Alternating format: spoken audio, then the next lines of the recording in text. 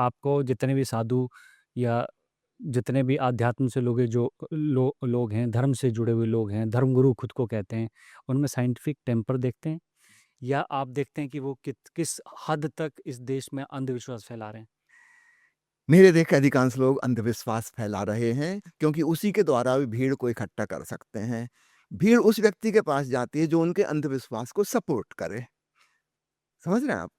जो उनके अतीत को सही बताए, तभी वो उसके पास आएँगे, क्योंकि उनका ईगो भी फुलफिल्ड हो जाता है कि जो मैं मानता हूँ, जो मैं करता हूँ, ये भी बता रहे हैं कि यही सही है। जिस प्रकार की पूजा मैं करता हूँ, ये भी उसी को सही बता रहे हैं, अर्थात मैं सही हूँ। तो वो अपने आप को सही सिद्ध करना चाहता है, इसलिए ऐसे गुरु के पास खूब भीड़ जमा हो जाएगी, क्योंकि वो उनका शोषण करेंगे और ये उनका ईगो फुलफिलमेंट करेंगे। ओशो के पास ये बिल्कुल संभव नहीं था। ओशो बुरी तरह से चोट करेंगे अंधविश्वासों पर, कर्मकांडों पर, तुम्हारी जो भी मान्यता थी उसको तोड़ेंगे, ताकि इस प्रकार के लोग उनके पास फटके ना। ऐसे सारे लोग उनके विरोधी हो जाएँगे। वो कहेंगे ये तो नास्तिक हैं, धर्म के खिलाफ हैं, पता नहीं क्या-क्या आरोप उन पे लगाएँगे। ओशो ने कभी उसकी चिंता नहीं की। भगवान कृष्ण जिसको कहते हैं ना फलाशक्ति रहित कर्म, ओशो उसका जीवंत उदाहरण है। उनको कोई रिजल्ट ओरिएंटेशन किसी चीज़ में नहीं।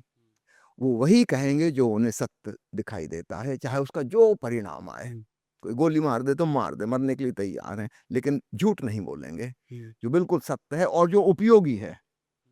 सिर्फ सत्य होना पर्याप्त नहीं है। जिनसे मैं कह रहा हूँ उनके लिए उपयोगी हो, उनके विकास में, उनकी बुद्धिमत्ता, उनके भीतर वैज्ञानिक चिंतन-मनन पैदा कर सके, उनको प्रयोगात्मक बना सके, है ना? उनको समृद्धि की ओर ले जा सके, समाज का कल्याण हो सके, वही बात उन्होंने कही है। हुँ। उन्होंने लोगों की चिंता नहीं की, लोगों को क्या अच्छा लगता है।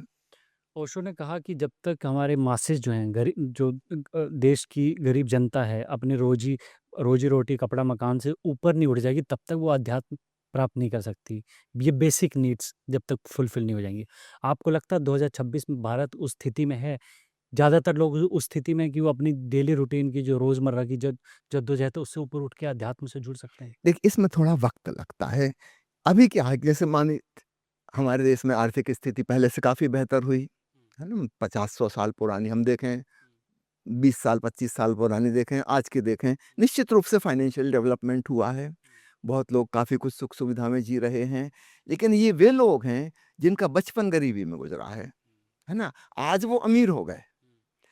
मानसिकता उनकी बचपन वाली है। हमारा जो अवचेतन मन है, सबकॉन्शियस माइंड, वो बहुत छोटी उम्र में बन जाता है। लगभग 5-7 साल में 95% ब्रेन हमारा डेवलप हो चुका और जिस प्रकार की धारणाएँ और विचार श्रृंखलाएँ हमारी बननी थी, वो बन चुकी। हुँ, इसके बाद बहुत छुट-पुट ग्रोथ होगी और जो ग्रोथ होगी माइंड की, वो बहुत सुपरफिशियल होगी। वो बच्चा जो है, वो हमारे भीतर मौजूद है। तो मैं देखता हूँ आज कोई आदमी अरबपति है ना? और वो व्यवहार ऐसा कंजूसी का करता है जिसका कोई हिसाब नहीं। हुँ, हुँ, अब उसके अंदर स्पष्ट रूप से 2 लोग दिखाई देते हैं। एक वो 60 साल का अमीर है हुँ, और उसके अंदर एक 10 साल 12 गरीब बच्चा बैठा है ना? अब मज़े की बात देखना, इसका मैं एग्ज़ाम्पल बताऊँ। जब इसको 2.5 करोड़ की कार खरीदनी है, एकदम खरीदने तैयार है, नो प्रॉब्लम, कभी मोल-भाव नहीं करता। सब्ज़ी खरीदने बाज़ार जाएगा, ₹25 किलो की सब्ज़ी में ये कोशिश करेगा कि ₹2 ₹1 बचा ले। कितनी हास्यास्पद बात है। उस समय उसके भीतर का वो गरीब बच्चा है, जो छोटे-छोटे फिगर्स में डील करता था, 10, 20, 25, 50। उस समय इतना गरीब था कि 25-50 बहुत थे, है ना? 100 का नोट ही नहीं देखा था उसने अपने घर में कभी। छोटे-छोटे नोट, छोटे सिक्के हुए करते थे।